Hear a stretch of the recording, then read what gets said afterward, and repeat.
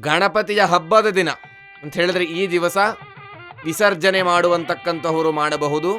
ಇಲ್ಲವಾದಲ್ಲಿ ಪಂಚಾಂಗದ ರೀತಿಯಲ್ಲಿ ಹೇಳಿರುವಂತಕ್ಕಂತಹ ದಿನಾಂಕದಲ್ಲಿ ವಿಸರ್ಜನೆಯು ಮಾಡಬಹುದು. ವಿಸರ್ಜನೆ ಮಾಡುವಂತಹ ಕ್ರಮ, ಕೈಯಲ್ಲಿ ಅಕ್ಷತೆಯನ್ನು ಹಿಡಿದು ಈ ಹೇಳುವಂತಹ ಮಂತ್ರವನ್ನು ಕೇಳಿ ಆ ಗಣಪತಿಯ ಬಿಂಬಕ್ಕೆ ಹಾಕಿ ಆ ಬಿಂಬವನ್ನು ಅಲುಗಾಡಿಸಿ ಬಿಂಬ ವಿಸರ್ಜನೆ ಮಾಡುವಂಥದ್ದು.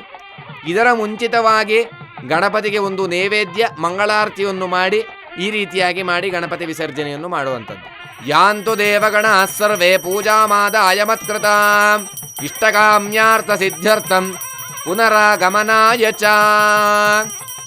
ಕ್ಷೇಮಾರ್ಥೇ ಶೋಭಾಯ ಪುನರಾಗಮನಾಯ ಚ ಶ್ರೀ ವರಸಿದ್ಧಿ ವಿನಾಯಕ ಸ್ವಾಮಿನೇ ನಮಃ. ಯಥಾಸ್ಥಾನಮುದ್ವಾಸಯಾಮಿ.